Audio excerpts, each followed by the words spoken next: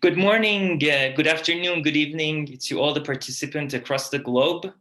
This is Mohamed Degani. Today, I'll be with my colleagues Emmanuel Serrano and Laurent Goye.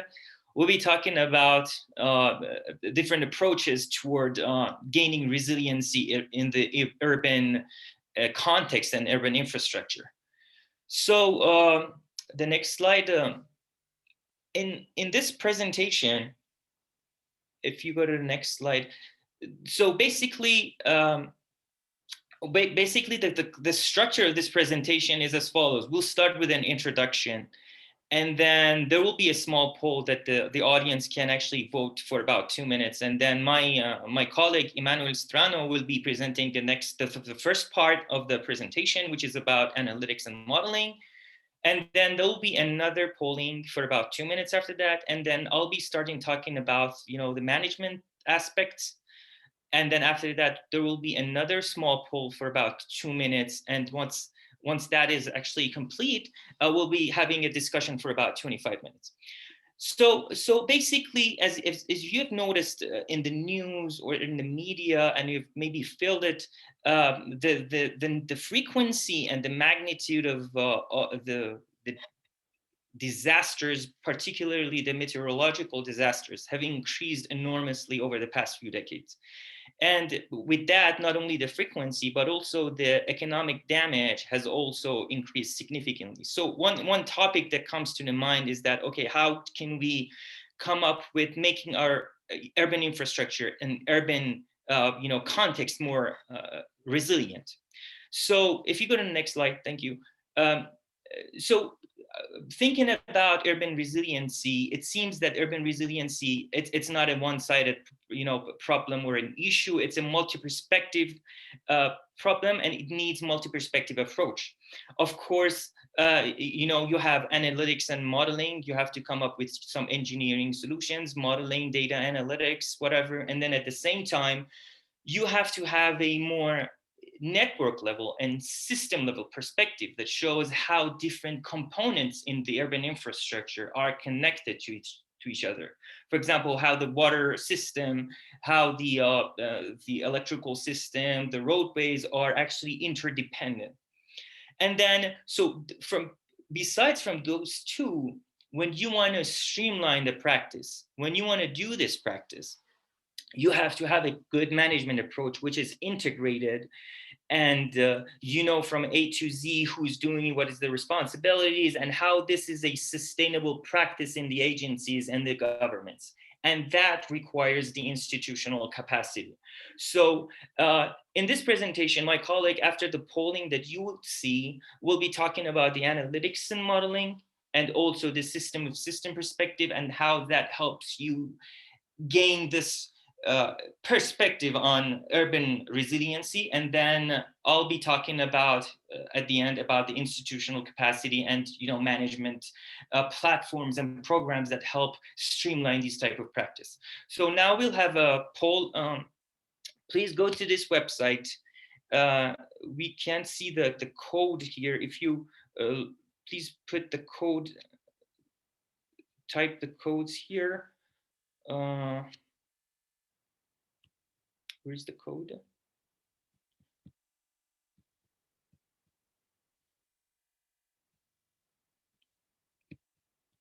Yes. So if you go to this website, menti.com, and use the code 3235703, and please answer this question for about 2-3 minutes, and then we'll back to the presentation.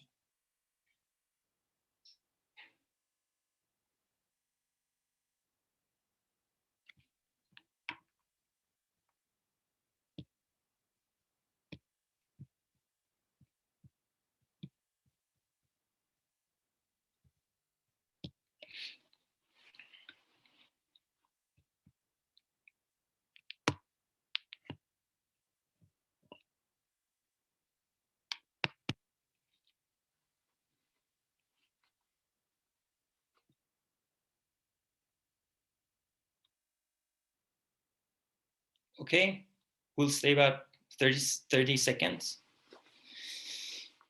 Different audience from different sectors.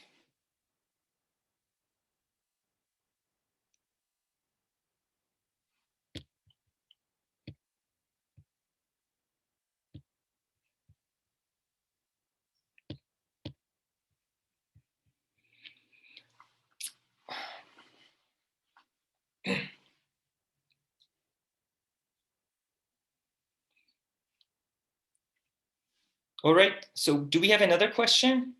Yes, also please feel free to answer this poll again for about 1 minute. And then we'll be talking about these questions and then other audience questions at the end of the presentation.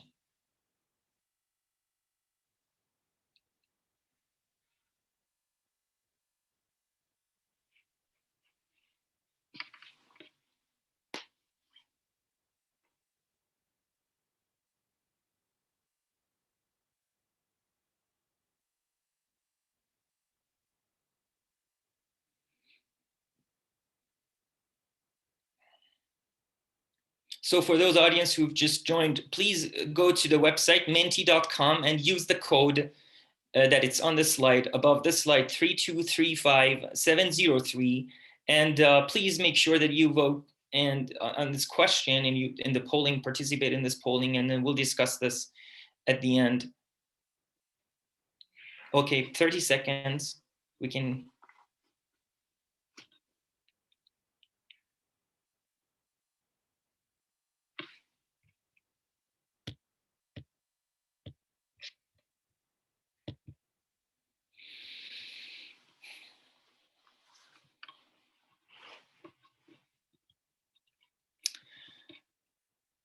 Okay, pretty good. I think we can go to the first part of this presentation. And so my colleague Emmanuel Strano will be presenting for about 10 minutes. Emmanuel, it's back to you.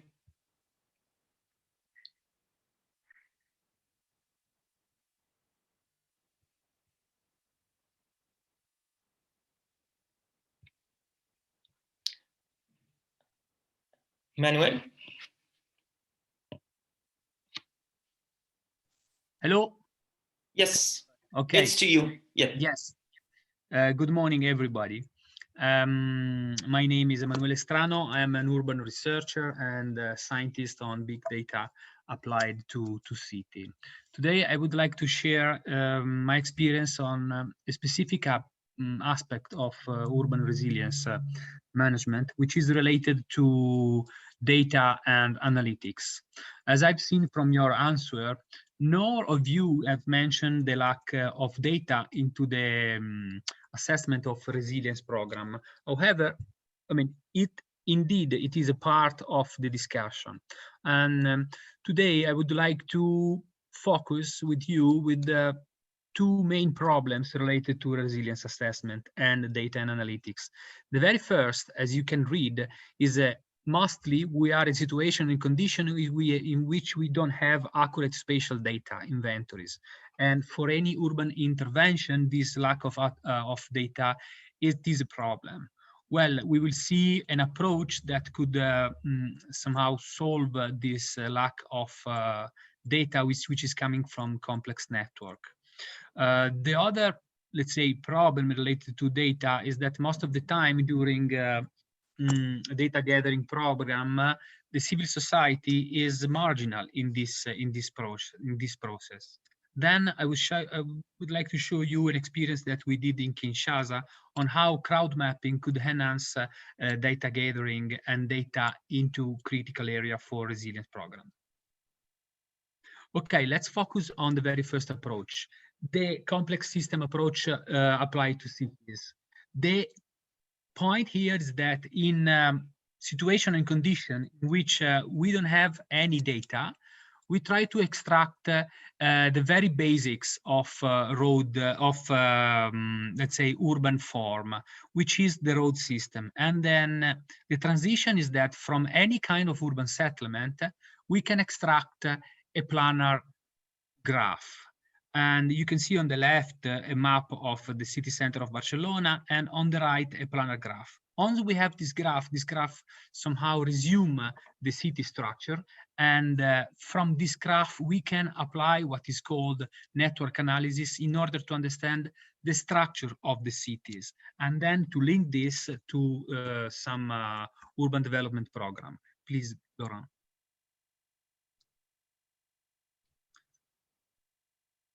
No, Laurent, this you are no this. Sorry, Laurent. Could you please? I think there is a problem with the slide. You may have opened the wrong PowerPoint. Please apologize, everybody. Under this condition, we may have some organizational problem. If you can hold just a second, we move to the proper PowerPoint.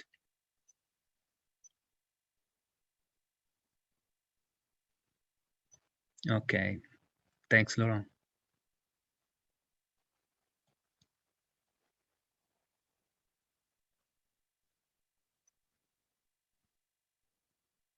Okay, here we go. Okay, apologize again for the inconvenience. So we are back to road network. Here we go. Here we go. Yes, thanks a lot. Well, we have the urban form, and then from the urban form we have the planar graph. From this graph, without any further information, so with no sensor information, no economic information, no mobility information, but just using the graph representation of the urban street system, we may employ several different measurements over this planar graph. The most widely used is what is called the betweenness centrality, which is nothing else than measuring the importance of a place, and in this case of a road, of a node in the network, given by their position through the shortest path connecting all the other places in our network. Please, Laurent. Okay, if we see the node E in the center of our sample network, please. Okay, this is the most important because basically it's traversed by many times, it's traversed by all the paths connecting each pair of nodes within the system. If we apply this very simple concept to, on the left, the city of Barcelona, please, Laurent. Okay, well, it emerged a structure in which the main road system emerged as a sort of backbone of the entire road. And again, this can be applied in absence of any other census or social or mobility information. This is just because of the very structure of the road system. Well, how we can do with this in context of urban upgrading or resilience upgrading program in cities? Well, I show you an example of what we did in Kinshasa. So Kinshasa, as you know, is a very large town, is growing very fastly. And the bank, together with the JICA and the Ministry of Infrastructure, develop, let's say, a transportation plan to the 2040 for, increasing the accessibility of the Kinshasa metropolitan area. On the left, you see the current condition of the Kinshasa road system, and on the right, this is what has been planned by JICA to the 2040. Indeed, you can see that there is a great transition between the two systems, and the great transition has been applied, let's say, with gradually and specific road upgrade program, road by road. And the main point is that it was very difficult to collect field mobility data on this network. Thus, we decided to apply complex distance approach to see if, given a road upgrading program, what is the change in the main, let's say, configuration and structure of the road system and accessibility in the entire system. So let me show the case of the first case on the left, please, Laurent. Is just okay. We will see the effect on the betweenness centrality of the upgrading of this road. Please go ahead. Okay, you see the same, the very same road, and the left image highlight the betweenness centrality without the intervention of the upgrading intervention of this road, while the right panel highlight the same road structure where the road in green has been upgraded, in which basically the flow of path is getting a bit higher, a bit more. I assume that you have been. Yes, indeed. That's a little improved version of the betweenness centrality, in which I take into account, as for the upgrading, let's say I make all the path going through this road a bit shorter, so that I augmented the speed over this link. The nice thing is that indeed we do not only improve the betweenness centrality within this link, but also we see on the an east-west axis who is improving quite a lot, and that's highlight a nice methodology in order to understand, in absence of mobility data, what could happen when we upgrade a road. So long story short, there are several advantages in using network approach within road upgrading program. Indeed, the speed of analysis, because we don't need to collect mobility data, and the possibility to understand the cascade effect of single intervention over the surrounding system.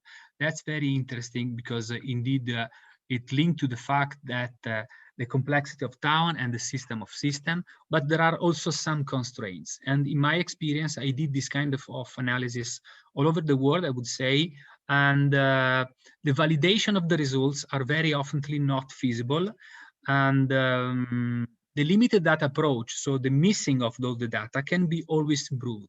And more, when I did this kind of analysis all over the world, I had the main question in my mind arise, which is, please, does it make any sense? So how we can improve this? So in order to answer this question, well, basically we came up with a survey system that allowed us to go on the ground and to collect very detailed information of not only the road system, but of only what is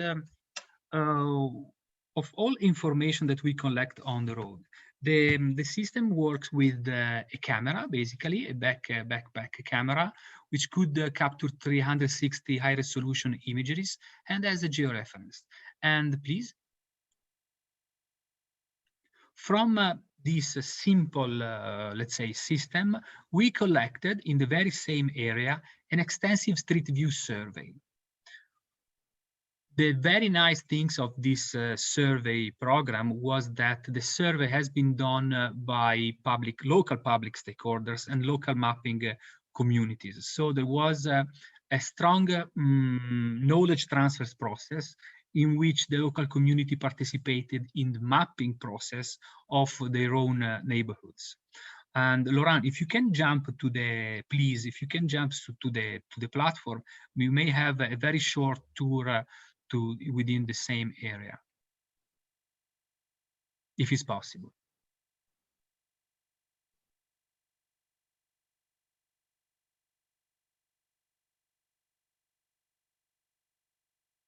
Fundamentally, okay, Laurent, doesn't matter, thanks. Fundamentally,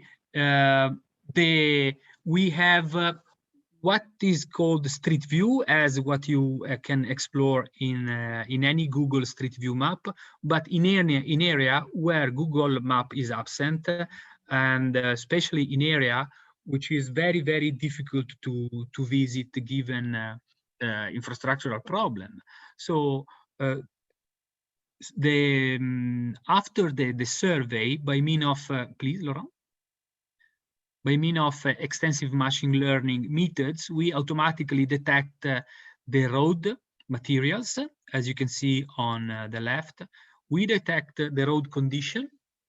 So if within the road there is big damages, or the condition of the road is optimal, and also we detect the road width. We detect many other data on the road that are very important to make information and analysis operational, to do the real design upgrading program. And then we also collected and extracted from the extensive Street View survey the building use. Wherever was possible to observe a building, we extracted the use of this building, basically labeling what has been mapped by OpenStreetMap team. So we added a label to each building in order to have a precise understanding of the economic sector within this neighborhood, the distribution of economic and public facilities, and in order to couple this with the previous information and related to the transportation planning program. Moreover, we have also collected information on what it can be called informal economic activities. As you know, in most of these neighborhoods, the economic sector is informal. It means that is absolutely normal, but it has not been mapped whatsoever. So we don't have any specific and quantitative information of the location and the number of informal activity on the road. We have been able to provide a precise map of this economic sector and within this neighborhood. That could be crucial to make exposure mapping and to understand the economic effect of a disaster, of a flooding, or of an upgrading program. So just to conclude about my experience, who is moving from a very top-down approach coming from urban theory and complex system to a field approach, which was somehow aimed to collect specific and more detailed data on the very same neighborhood. I would say that I would like to go back to the complex field approach and feed my modeling with the detailed data that I collected on the ground. That would be the ideal scenario in which you have very accurate data and let's say a very good theoretical model and quantitative model to analyze your data and to provide insightful information for programming resilience or upgrading program. However, with limited resources, anyhow, I would prefer the crowd mapping approach. The main reason of that is that because the strong knowledge exchange somehow, in my view, was the best outcome of both experience. And the knowledge exchange, in my view, was the only, let's say, possible solution in order to accelerate the process of development in this specific neighborhood.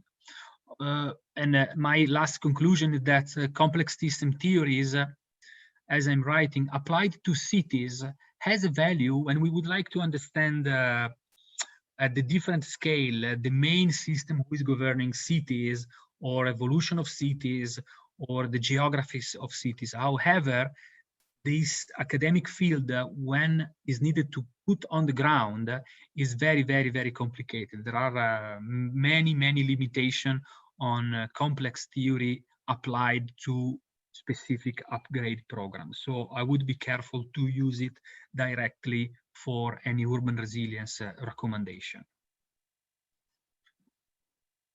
All right. Thank you, Emmanuel, for the presentation. So for now, if the audience would please go to the poll again, use the code, and please vote the questions for about 2 minutes, 1 minute each question, and then we'll discuss these questions at the end.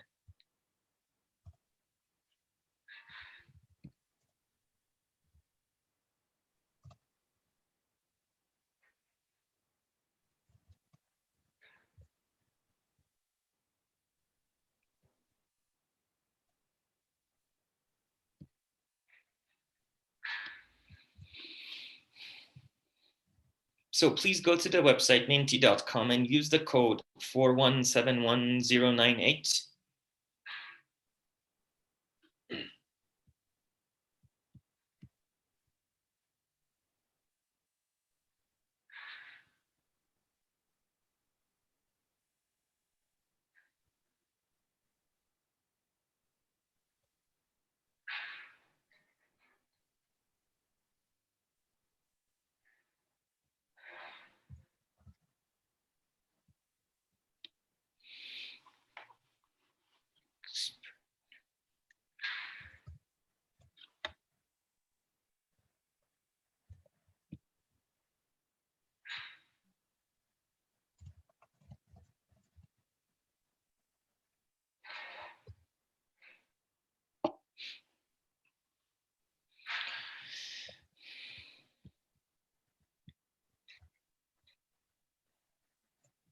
Okay, if we can go to the next question, please.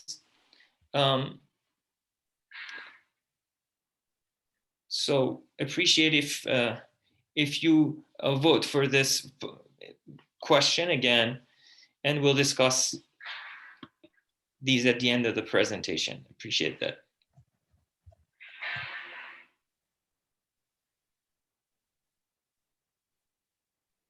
So in this question, you have to drag, I think, a cursor to whether you strongly agree or disagree with a statement.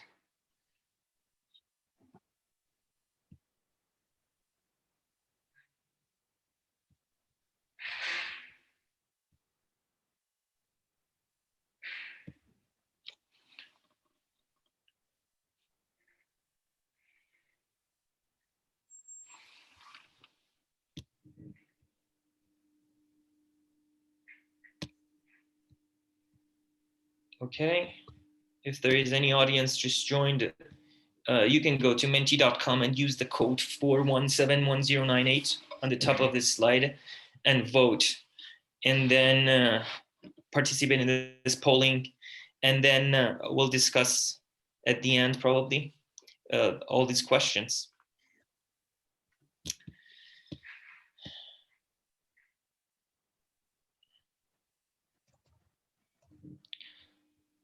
Okay, I think we can go to the next part of the presentation. As my colleague Emmanuel discussed, the analytical methods and different ways of collecting the information and data. We all know that collecting the information and data and doing analytics is important, but when we develop all these type of methods, how can we use them? How can we guarantee the usage of these methods and approaches? For example, we identify the condition of the roads. Okay, what happens next? Often we leave it at there with no, proper use of those outcomes in the decision-making processes. So in this part, I want to talk about the experiences that we had in some countries creating an integrated management for decision-making and prioritization. Thank you. Next slide. So in 2017, in September 2017, in Dominica, Hurricane Maria hit Dominica with Category 5 strength, and as a result, there was about $1.3 billion damage total across different sectors, which was about more than 200% of the GDP, which was pretty strong. And then they had the same experience in 2015, where there was like 100% of the GDP gone as a result of the hurricane. So with all these, frequent disasters, the government decided to do something, and the policy was to become the first climate resilient nation. And what they actually adopted as one of the main steps was going to developing an infrastructure management program. So the infrastructure management program, next slide, is a systematic approach.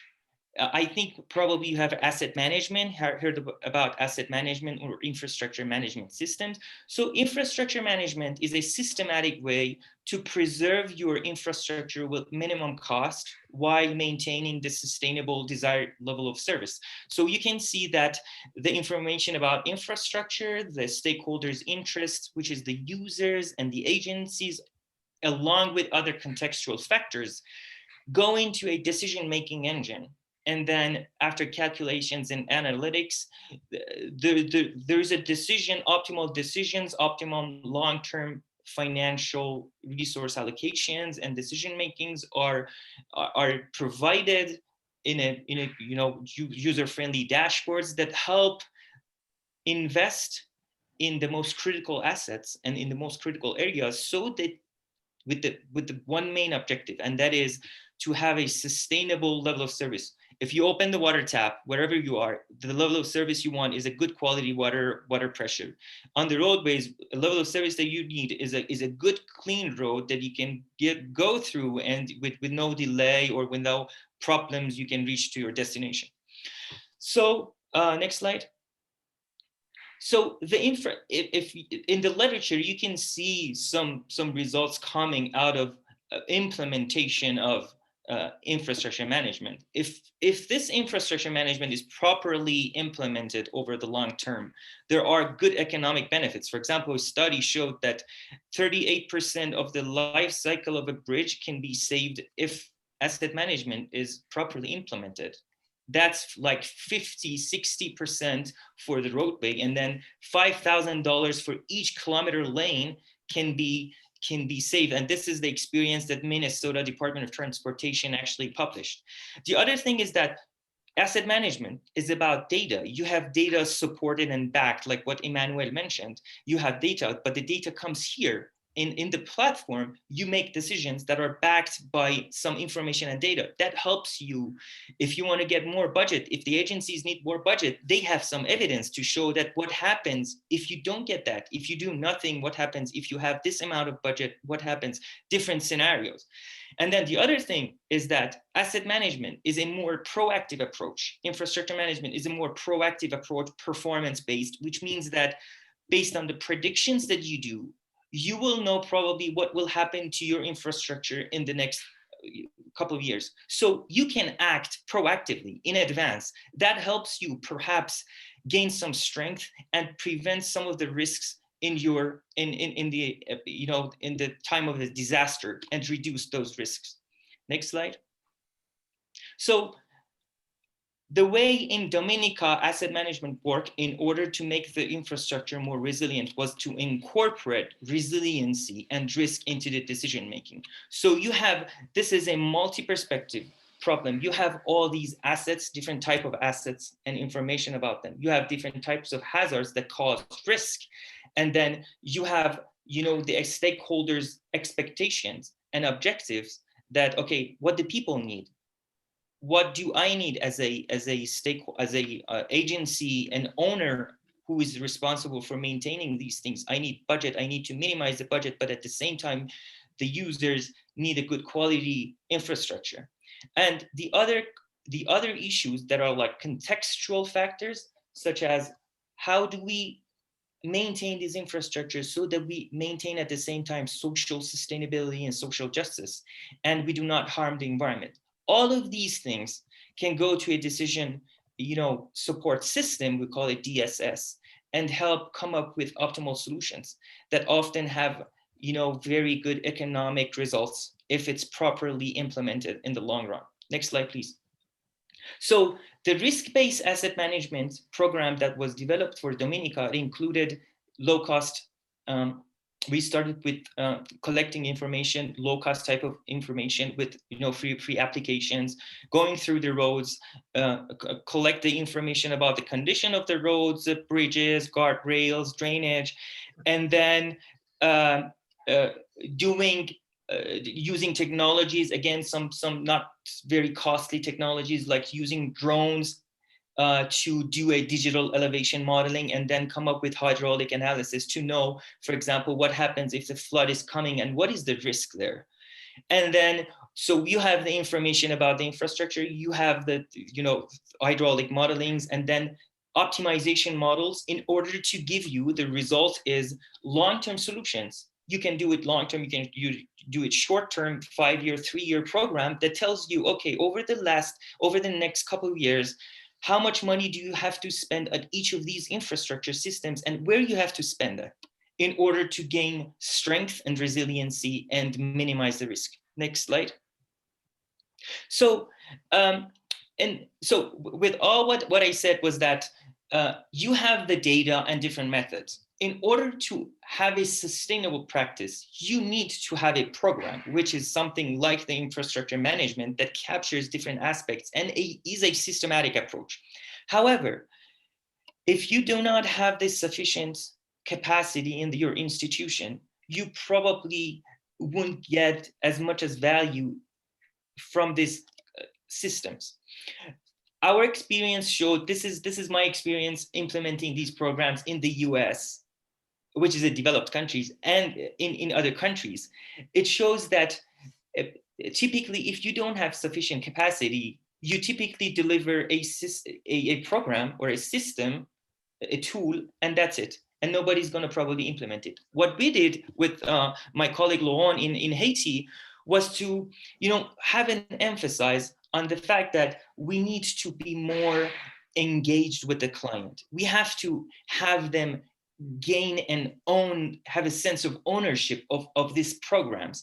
So these institutional capacity problems come from the processes. Maybe they don't have knowledge and skill sets. Maybe it comes from the resources, or it's from the culture. For every of these aspects, we had a plan to go, for example, in order to increase the skills and knowledge, we had different workshops in order to have that the culture of engagement and willingness to actually take the ownership. We found throughout different meetings that we found some champions that could actually take responsibility and go and talk to the other agencies and connect them to each other so that they feel that what they do is not only something useful, but they have to own it. And actually they have to take the responsibility and they have to talk to each other. So it's important. The implementation has some challenges. It's not just about design, and it's about institutional capacity as well, which often is neglected. So this is the end of this part 2. Now, if we go to the poll, please appreciate if you also participate in this last poll. Quickly answer the questions, like the vote using the code, and then we have a few minutes discussions if there's any questions, and we'll go through these polling questions, hopefully. Thank you very much.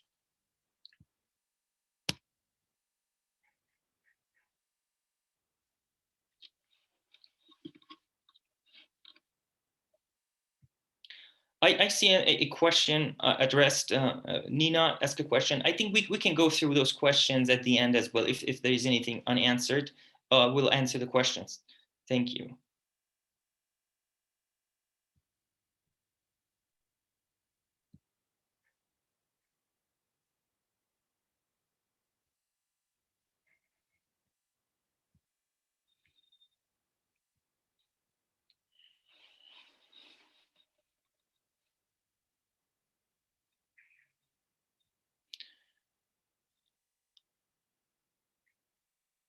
So please go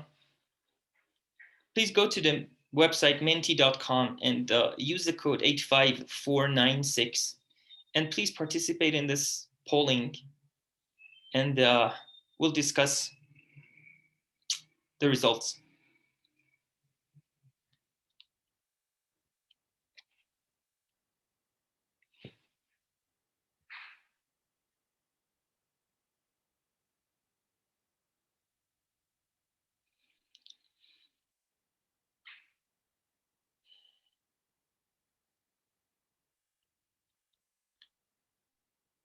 Okay, we can go to the next one. Appreciate if you also please participate in this one and mention what do you think are the biggest institutional capacity challenges that you face. If there is any challenges from the institution, what is it that you probably believe that it's more important and outstanding?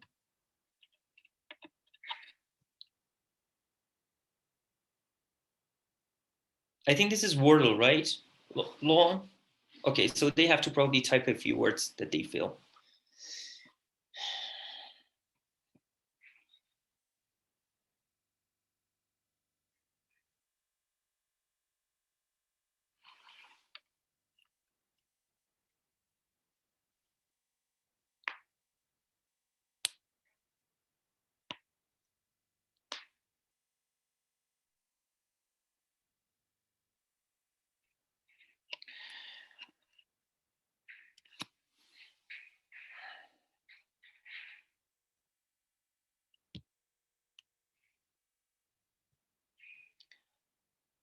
Okay, I think we can now go back to the discussion. There are some questions here that has been asked. I think, Emmanuel, if there is any question that you want to answer here, please feel free to do so, and I'll answer the question that was typed here. Please, if there is any question, please type in the chat box and we'll discuss that. And if it's possible, Laurent, can we also see the results of the questions so we can go through the discussion?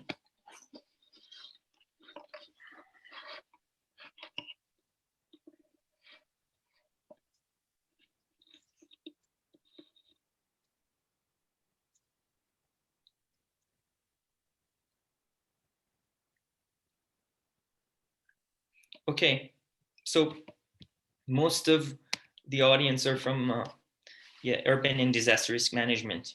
So this is pretty relevant to the conversation that we had, and it seems that the audience mostly identified lack of funding and planning as the main obstacles for the cities not be resilient.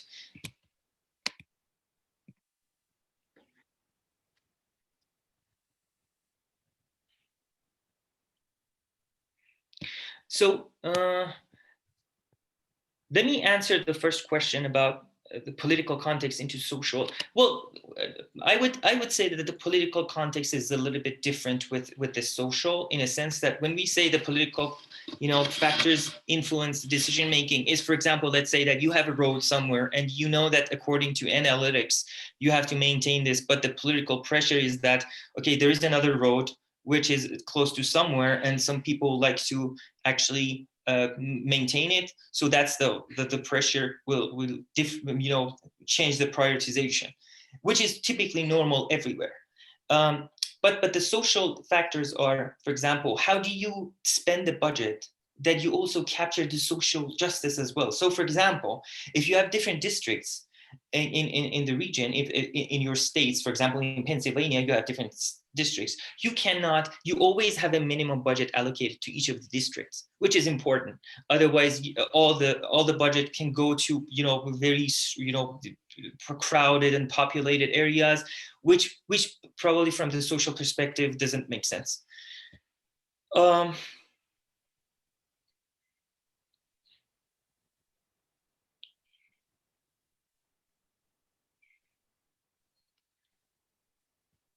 Yes, if you want to be unmuted, because we have some participants, if you want to talk, that's fine. The other question is that, are there resources, papers that go deeper into these decision support systems? So papers, yeah, there are some articles, there are some papers that show how this asset management and infrastructure management can be performed, can be done. If this is my email, we have developed, some methodologies based on the experience that we had in doing these programs in the US. Of course, there are some other papers, many papers doing the optimization formulations. But what you have to always remember is that we can share all those papers with you if you like. But please note that complicated formulas are one side. The other side is, applicability of these systems. You make complicated formulations and prioritizations, but at the end, what matters is that how do you come up with a decision that is meaningful to all different, stakeholders, and that needs an engagement with the stakeholders and a good streamlined practice across different sectors.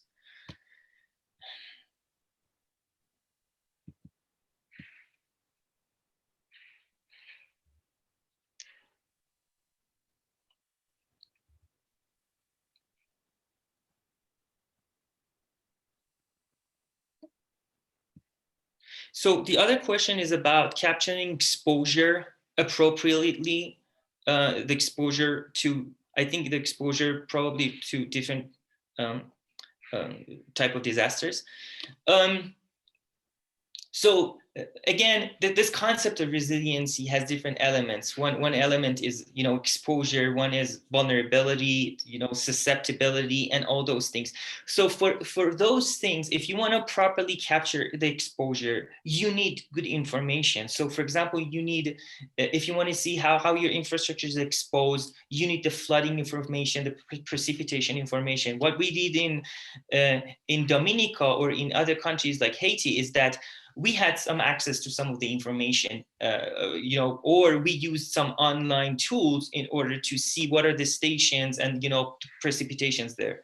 At the same time, you also need to collect some data. For example, we use drones to capture the digital elevation models. I don't know if I answered your question, but the fact is that you don't want to make this so expensive, but at the same time, you need to collect some information. If you don't have any information at all, it's possible that you use some default values, but once you create and build this capacity and this tool, as you move on, you can collect the information and update the formulations and adjustments to your decision making.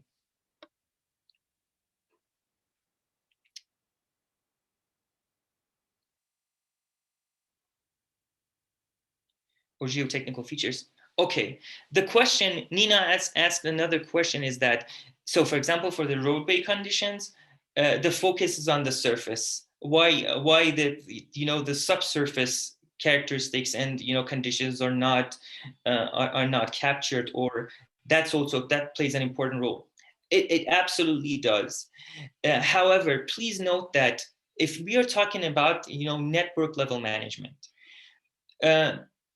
typically some factors like IRI, which represents the condition of the surface, is typically widely used in order to get network level, system level decision making. So at the network level, at the helicopter level, you will use these measures that are easy to collect, and it gives you a good sense of the overall condition. However, if you want to go to the project level, which is, okay, now you have to do something, yes, definitely you need some more information. Of course, there are some programs and management approaches that now just do not rely on some surface characteristics like IRI. They go further down and collect some other information. But remember, those are costly as well. So there should be a trade-off and balance.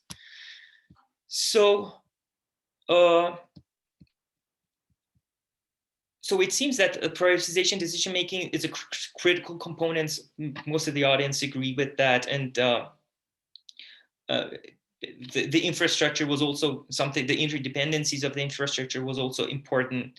If you go to the other question,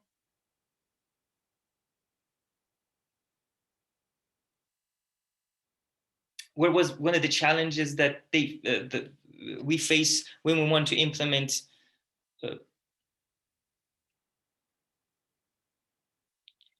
resiliency projects?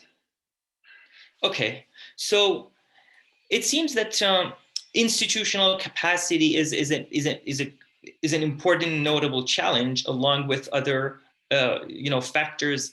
But yes, exactly. I think it's important to consider that there are many tools often developed. There are many programs developed. There are many projects that are implemented. Different various complicated technologies. But at the end, once the project is done, the practice is also gone, and it's not there sustained within the institution. That's why you often do things over and over every couple of years, because that practice is not seeded into the institution.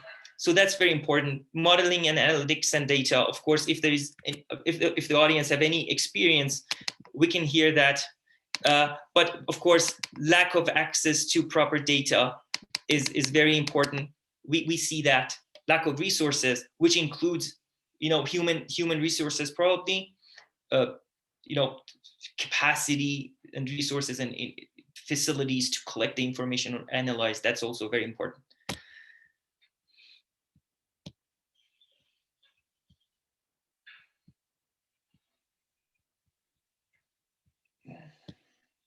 Okay, the question is,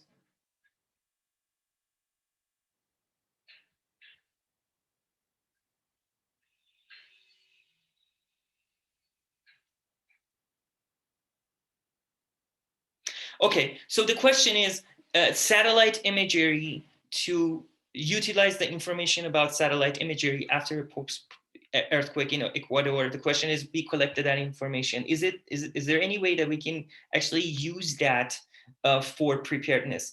When you say, so there are there are different ways to collect some of the, the terrain information. There's one is called LiDAR. Of course, I know that you know that the other one is to collect that information from using drones. I don't know if when you mentioned the imagery, satellite imagery, you also mean that. Of course, if there is satellite imageries that also show the difference of elevation, typically those information can go to different modelings for flooding, vegetation, see how the vegetation is gone. This is what was done in Dominica.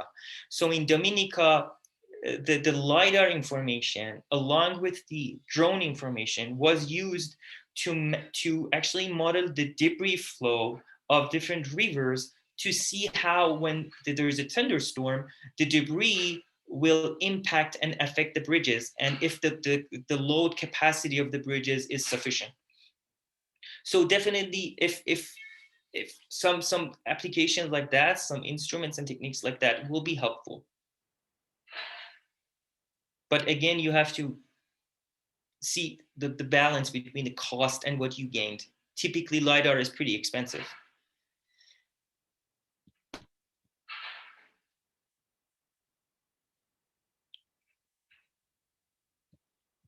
Okay. If there's any question, please feel free to, actually, you can also speak. Any last question? Also on the if you are curious to know more about the complex network approach and the crowd mapping system, I'm here to answer these questions as well. I already did it in private with few of you, but again, since we have few minutes more, just use them.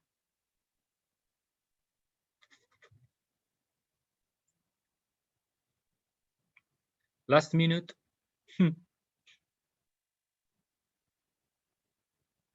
Well, okay, guys, and we shall close now. Mohammed, what do you think? Yes, so thank you so much for the audience and participants for this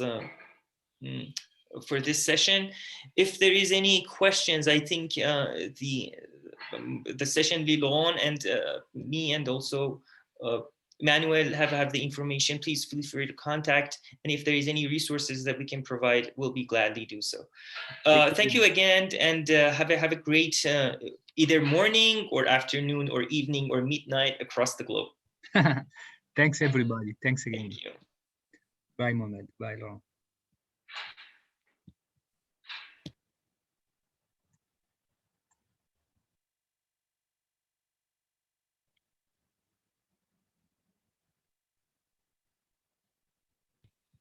Laurent, thank you so much. Yeah, thank you, Mohammed. Thank you, Laurent. It went pretty smooth, so appreciate that. Yes, good job, Mohammed. Sorry about some technical details. I lost my screen and then lost some pages. This is the Murphy's Law. Yes. Oh yes. You just opened the wrong presentation anyway. It's okay. I think it's because I downloaded it from the OneDrive, and I don't know, for some reason it did not record the last updates we had done. And I don't know. I should have just stayed on the OneDrive since the beginning. Sorry. Okay, thank you so much, everybody. Thank you. Thank you, guys. Great, and I'll talk to you later. All right. Bye-bye. Bye. Ciao. Bye, guys. Ciao.